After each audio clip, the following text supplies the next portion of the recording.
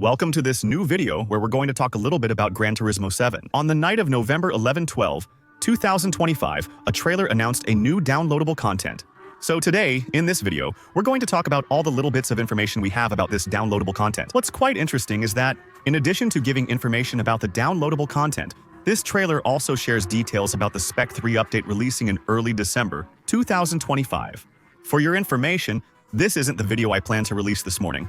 But as you know, I always try to give priority to news about racing games. The video I planned for this morning will now be released this afternoon, so there will be two videos today. The YouTube algorithm doesn't like that and usually hides one of the videos. So, to try to make up for this drop in visibility from the YouTube algorithm, don't hesitate to subscribe, make sure to turn on notifications, and most importantly, leave as many likes as possible on this video. This new downloadable content is the first true paid downloadable content for Gran Turismo 7. Previously, nothing in Gran Turismo 7 was close to paid downloadable content until now. Was the special 25th anniversary edition of Gran Turismo 7, which by paying a little extra, gave you a few additional cars. But that was at the game's launch. For more than 3 years, we've had 100% free updates, and now, Gran Turismo 7 is announcing its first paid downloadable content, the Power Pack. It's a downloadable content that will focus on long-distance races, endurance races. This downloadable content releases December 4, 2025, and I think the Special 3 update for Gran Turismo 7 will launch then too.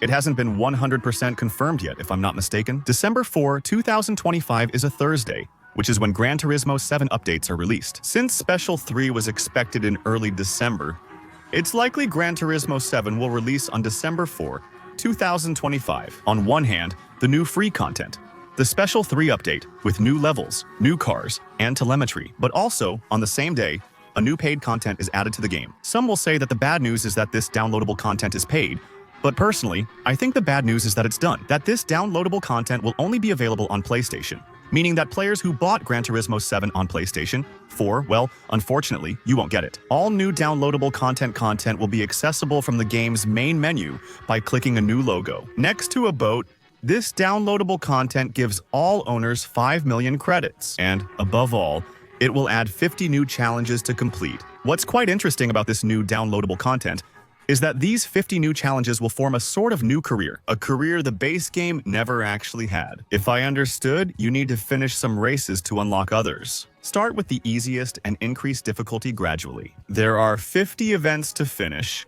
16 rewards, and the rewards appear to be cars. A screenshot shows a small gift icon on a car on the image's right side. That doesn't necessarily mean that the 16 rewards will be new cars. Even if the downloadable content offers 16 new cars, that doesn't mean all 16 are brand new. In the game, these could be existing Gran Turismo 7 cars now offered free to players who finish the related events. By the way, speaking of new cars, I don't want to say anything wrong, but I think the two cars shown on the thumbnail of this Power Pack, namely the Volkswagen Beetle and the Porsche 911 with the rally livery, I think these are cars that, for now, are not in the game. Not long ago, I took the Beetle, I tried to customize it, and I've never had customizations like that. Even though it's not officially announced, I think new cars will still be added with this downloadable content. An interesting detail can be seen in the small images shared of the new race menu. The character who captured these images is level 70.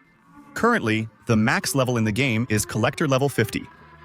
We know that new levels are going to be added. With Special 3, there's a good chance that once we have Special 3, the maximum collector level will go from level 50 to level 70.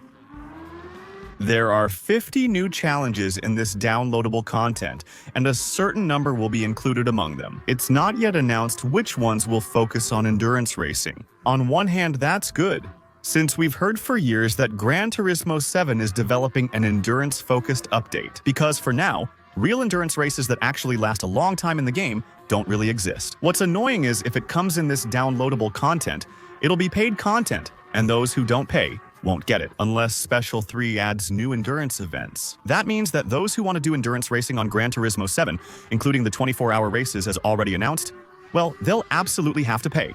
These 50 events will take place in 20 race categories, such as Classic Touring or Championships, on Japanese cars or on American cars. Some events will now follow the traditional race weekend format, which is new in Gran Turismo 7. But with this downloadable content, there will now be events that are divided into several sessions, starting with a practice session where you are alone on the track. To try to get your braking points right, to master the car you'll be using on that particular track. Then, a qualifying phase where you have to set the best possible time to get the best possible starting position on the grid, and then the final race. For now, these mechanics were absolutely not present in Gran Turismo 7. At the start of each weekend, a small menu will show you the event's parameters. For example, how long is qualifying and how many laps are in the final race. Currently, there's no information on tire and fuel management, such as whether there will be a set number of tire sets for the race weekend, or if they'll be unlimited. Each completed event will earn you a certain number of stars, and these stars will allow you to progress within the championship you are currently in, and unlock future events, which in turn will allow you to unlock new cars. This downloadable content will also include the enhanced Gran Turismo Artificial Intelligence. Sophie, which is already available on many Gran Turismo 7 tracks. A version that is now no longer up to date. Here, we're talking about version 3.0. We don't know exactly what will change when playing against AIs in 3.0. We know these new AIs, Sophie, are meant to always act as human-like as possible. And, above all, they're supposed to adapt much more quickly to race conditions, just like a normal player would, and present more challenges than basic AIs, which tend to stick to their line and rarely deviate. It's odd they added this new artificial intelligence only in this downloadable content, I think. But Kazu Yamuchi explained this artificial intelligence simply wasn't compatible with the PlayStation 4, that the PlayStation 4 simply didn't have enough power to run it. And that's one of the maybe slightly questionable reasons given to explain why this downloadable content won't be available on PlayStation 4. So, let me know what you think in the comments. Personally, on one hand, I'm glad to have stamina in the game. Races like the 24 Hours of Le Mans or Nürburgring are truly part of the DNA. In Gran Turismo, it's odd that Gran Turismo 7 lacked this. Now it's coming, but as paid content. We'll see how that goes. In Special 3, we'll have some long endurance events that will be added for free. We'll also have to see about the potential car list that could come with this downloadable content. It's actually quite possible that the cars shown in this image are actually new cars added by the Special 3 update. That might seem odd to me, and we'll also need to check the downloadable content price. If it's $10, that's fine, but $35 is annoying. Gran Turismo 7 hasn't overloaded with downloadable content S.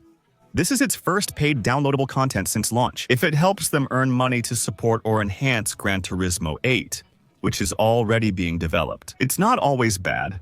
Let me know your thoughts in the comments. As usual, I'll update you as soon as there's news about this downloadable content. I'll likely share gameplay on my channel to try it out. If you behave, we might stream the 24 Hours of Le Mans events live. By the way, feel free to join me on Twitch for the next live streams. My Twitch channel is pinned in the comments below this video, so feel free to follow and subscribe to support. I'm also putting my instant gaming link under this video, which allows you to buy your games for less while supporting the YouTube channel. So, as you understood, we'll meet again a little later in the day for today's video, which will focus on Assetto Corsa Rally, with some gameplay footage before its official release. Thank you for watching this video. And well, see you tonight for the next one. Bye.